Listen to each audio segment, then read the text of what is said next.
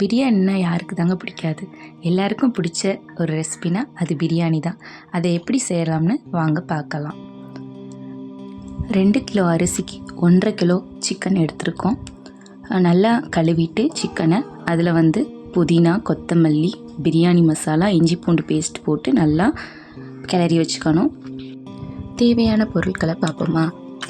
வெங்காயம் 6 வெங்காயம் எடுத்து ஸ்லைஸாக கட் பண்ணிக்கோங்க. 5 தக்காளி, புதினா, கொத்தமல்லி ஒரு கைப்பிடி அளவு எடுத்துக்கோங்க.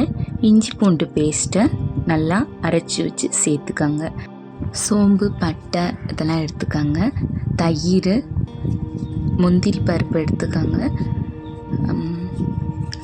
நெய் சேர்த்துக்கிறேன்னா சேர்த்துக்கலாம். நாங்கள் எப்போவுமே சக்தி பிரியாணி மசாலா தான் சேர்ப்போம், அதனால் அது 2 பாக்கெட் எடுத்துருக்கோம். 2 கிலோ அரிசி எடுத்துருக்கோம். பாசுமதி அரிசி ஊற வச்சுருந்தோம், 1/4 மணி நேரமாக ஊறிக்கிருக்கு. இப்போது அடுப்பை பற்ற வச்சிடலாம். விறகடுப்பில் தான் செய்ய போகிறோம். பிரியாணி செய்கிற சட்டியை வச்சாச்சு. கோல்டு வின்னர் 2 கிலோ பிரியாணி அரிசிக்கு 3/4 லிட்டர் கோல்டு வின்னர் ஊற்றிருக்கோம். நெய் ஆப்ஷன் தான், சேர்த்துக்கிறேன்னா சேர்த்துக்கோங்க. நாங்கள் கொஞ்சமாக சேர்த்துருக்கோம். கறி மசால் பட்டை சேர்த்துக்கோங்க. பட்டை, ஏலம், ஸ்டார் பூ, சோம்பு இதெல்லாம் போட்டு நல்லா எண்ணெய் காஞ்ச பிறகு நல்லா கிளறி விடுங்க. நல்லா கிளறி விட்டதுக்கப்புறம் பச்சை மிளகா சேர்க்கணும். நாங்கள் ஒரு 5-6 பச்சை மிளகா சேர்த்துருக்கோம். உரப்புக்கு ஏற்ற மாதிரி சேர்த்துக்கோங்க.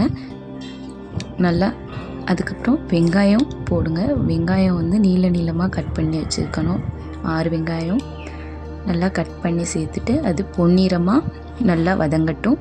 முந்திரி பருப்பு சேர்த்துக்கோங்க. சேர்த்ததுக்கப்புறம் நல்லா கிளறி விடுங்க. கிளறி விட்டதுக்கப்புறம் கொத்தமல்லி, புதினா சேர்த்து நல்லா வதங்கட்டும். நல்லா போட்டுட்டு கீழே அடி பிடிச்சிடாமல் கிண்டி விட்டுக்கிட்டே இருங்க. நல்லா வதங்கட்டும்.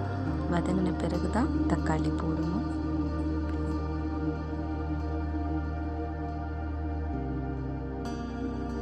நல்லா 5 தக்காளி கட் பண்ணது போட்டுட்டு நல்லா கிண்டி விடுங்க. அது மேலே கல்லுப்பு சேர்த்துக்கோங்க. கல்லுப்பு தான் எப்போவுமே டேஸ்ட் கொடுக்கும். கல்லுப்பு ஒரு கைப்பிடி அளவு எடுத்து சேர்த்துட்டு நல்லா கிண்டி விடுங்க. கிளறி விட்டுக்கிட்டே இருங்க. நல்லா தக்காளி வதங்கினதுக்கப்புறம் நம்ம மசாலாலாம் சேர்த்துக்கலாம். நாங்கள் பிரியாணி மசாலா தான் சேர்ப்போம். சக்தி மசாலா 2 பாக்கெட் சேர்த்துருக்கோம். சிக்கன் மசாலா கொஞ்சமாக ஆட் பண்ணிக்கலாம் உங்களுக்கு பிடிச்சா. நல்லா கிண்டிக்கிட்டே இருங்க. அதுக்கப்புறம் நம்ம கிளறி வச்சுருக்க சிக்கனை சேர்த்துக்கலாம். 2 கிலோ அரிசிக்கு 1.5 கிலோ சிக்கன் தான் போட்டிருக்கோம். நல்லா போட்டுட்டு அது நல்லா வதங்கட்டும்.